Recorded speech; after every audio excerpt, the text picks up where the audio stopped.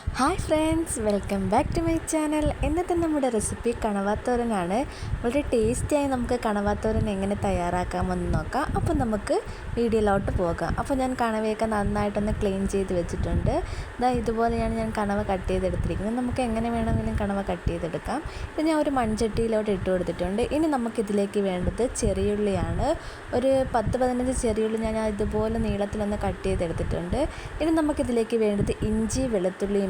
വെളുത്തുള്ളി നീളത്തിൽ കട്ട് ചെയ്തതും ഇഞ്ചി കുഞ്ഞായിട്ട് അരിഞ്ഞതുമാണ് ഞാനിതിൽ ചേർത്ത് കൊടുക്കുന്നത്. ഇനി നമുക്ക് എരിക്ക് ആവശ്യമായ പച്ചമുളക് ചേർത്ത് കൊടുക്കാം. ഞാനൊരു 3 പച്ചമുളക് ചേർത്ത് കൊടുക്കുന്നുണ്ട്. ഇനി നമുക്കൊരു തക്കാളിയും കൂടി ചേർത്ത് വെക്കാം. അതും ചെറുതായിട്ടൊന്ന് അരിഞ്ഞതാണ്.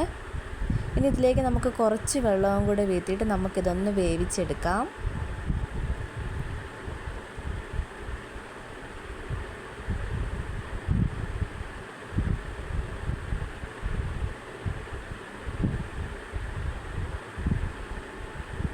അപ്പം നമ്മൾ ഗ്യാസിലേക്ക് വെച്ചിട്ടൊന്ന് വേവിച്ചെടുക്കുന്നുണ്ട്. ഇത് വെന്ത് വരുന്ന സമയം കൊണ്ട് നമുക്കിതിന് വേണ്ടിയുള്ള അരപ്പ് തയ്യാറാക്കിയെടുക്കാം.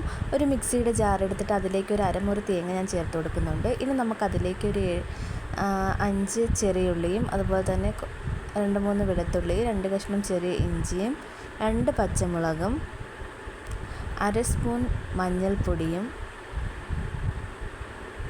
1 സ്പൂൺ മുളക് പൊടിയും,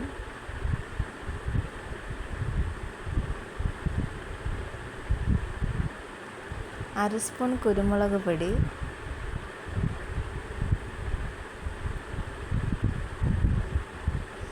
1 സ്പൂൺ ഗരം മസാല, 1 സ്പൂൺ മല്ലിപ്പൊടി, ഇതെല്ലാം കൂടി ഇട്ട് നമുക്കിത് നന്നായിട്ടൊന്ന് പൊടിച്ചെടുക്കാം.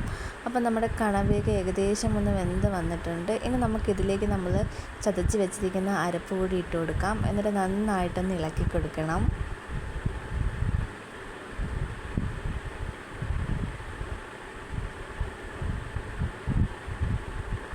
അപ്പോൾ ഞാൻ നന്നായിട്ടൊന്ന് ഇളക്കി കൊടുത്തിട്ടുണ്ട്. അപ്പോൾ ഇതിൻ്റെയൊക്കെ വെള്ളം നന്നായിട്ടൊന്ന് വറ്റി വരണം. അപ്പോൾ വറ്റി വരുന്നവരെ നമുക്കൊന്ന് വെയിറ്റ് ചെയ്യാം.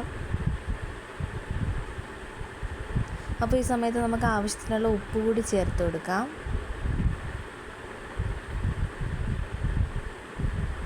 നമുക്ക് തീ മീഡിയം ഫ്ലെയിമിലോട്ട് വെച്ച് കൊടുക്കാം, അല്ലെങ്കിൽ കരിഞ്ഞു പോകും.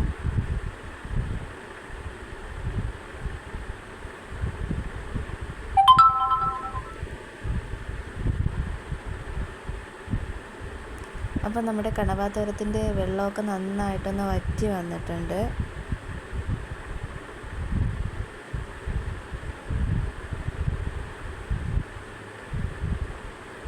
നന്നായിട്ട് വറ്റി വന്നിട്ടുണ്ട്. ഇനി നമുക്കിതിലേക്ക് വേണ്ടത് താളിച്ചൂട് ഒഴിച്ചു കൊടുക്കാം.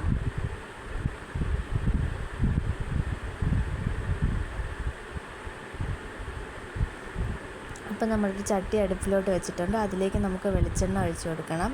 വെളിച്ചെണ്ണ ഒന്ന് ചൂടായി വരുമ്പോൾ നമുക്കതിലേക്ക് കടുക് ഇട്ട് കൊടുക്കാം. അപ്പോൾ കടുക് പൊട്ടിയിട്ടുണ്ട്. കടുക് പൊട്ടിയ ശേഷം നമുക്ക് 2 വറ്റൽമുളകും അതുപോലെ തന്നെ കറിവേപ്പിലയും കൂടി ചേർത്ത് കൊടുക്കാം.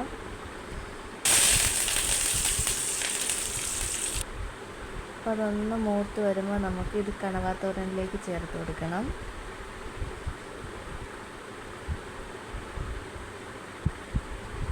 എന്നിട്ട് നമുക്ക് നന്നായിട്ടൊന്ന് മിക്സ് ചെയ്തെടുക്കാം. അപ്പോൾ നമ്മുടെ വളരെ ടേസ്റ്റി ആയിട്ടുള്ള കണവാത്തോരൻ ഇവിടെ തയ്യാറായിട്ടുണ്ട്. അപ്പോൾ വളരെ ടേസ്റ്റിയാണ്. ഒന്ന് ട്രൈ ചെയ്ത് നോക്കണം. അതുപോലെ തന്നെ ഫീഡ്ബാക്ക് അറിയിക്കാനും മറക്കല്ലേ. ഇഷ്ടപ്പെട്ടാൽ ചാനൽ ഒന്ന് സബ്സ്ക്രൈബ് ചെയ്ത് സപ്പോർട്ട് ചെയ്യുക. അതുപോലെ തന്നെ ലൈക്ക് ചെയ്യാനും ഷെയർ ചെയ്യാനും മറക്കല്ലേ. ഇതുപോലുള്ള ഈസി റെസിപ്പിയുമായിട്ട് ഇനിയും കാണുന്നതുവരെ bye and thank for watching.